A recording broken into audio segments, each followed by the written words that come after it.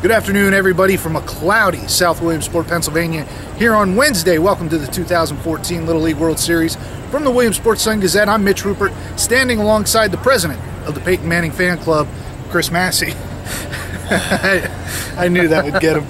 We got a couple things to talk about today. Number one, I think we got to talk about that Texas-Chicago game last night. You know, good ball game for Chicago. They just keep trucking along through this losers bracket here. And Chris, you and I talked yesterday about you wondered if both these teams were out of pitching a little bit.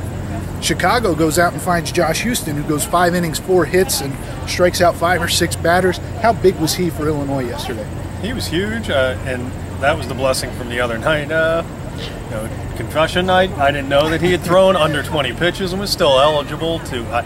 He had gone 2 innings. I thought he had went over 20. When I saw he was slated to pitch last night, I said Chicago's in really good shape because he's been a good pitcher for them the whole season. I would dare say he's been their number one most of the way, and doesn't blow you away with anything. But he's a true pitcher's pitcher. He mixes it up, hides his delivery well, and he really had Texas off balance. And I thought he was the MVP 2 nights ago with his bat. And then last night with his arm. You mentioned last night, that may have been one of those 15-10 games. Yep. It ends up being 6-1. You hold a team here to 1 run, you got a good chance. On the flip side, this Pearland, Texas team, they seem to run out of pitching a little bit. Got hurt a little bit by some defensive mishaps last night, but did they just kind of run out of fresh arms? Yeah, I thought the starter, Walter Maker, pitched, as well as you can pitch against a team. That's averaging 16 runs a game. I thought he at least kept them in it, but I think once he hit his pitch count, they were in trouble. And maybe if they have their top guys, it's a different story. But that's life in the pitch count era. And as good as Texas is, I think the better team won. I think even both teams at full strength. I think Chicago wins that game. I think it was good for Chicago to see they didn't hit a home run last night. Yeah. They manufactured some runs. You're not going to hit home runs against the pitchers that are left from a Philadelphia team or a Las Vegas team.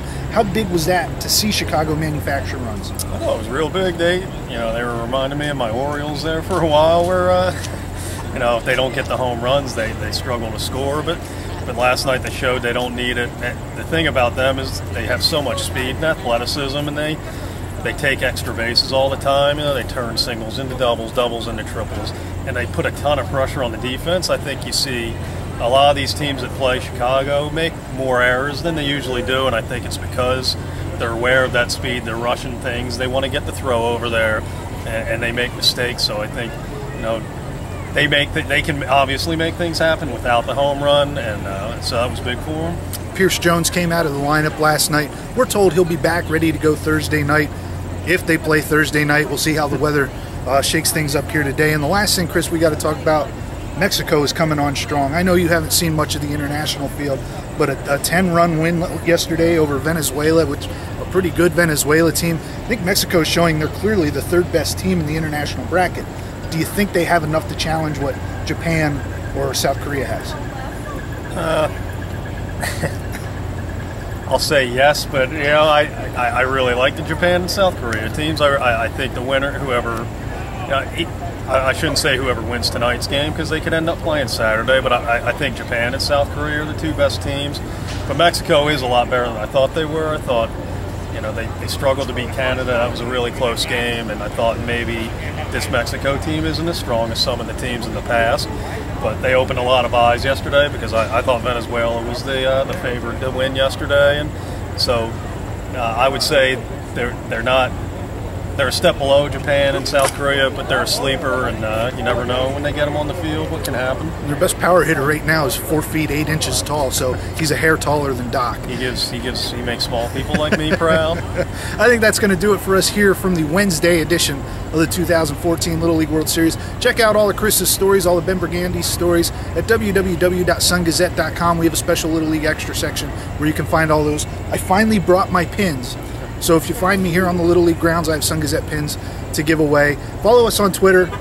We'll give you some insight. Chris will. I probably won't. From the Wednesday edition of the World Series from the Sun-Gazette, he's Chris Masse. I'm Mitch Rupert. We'll talk to you later. Have a good one.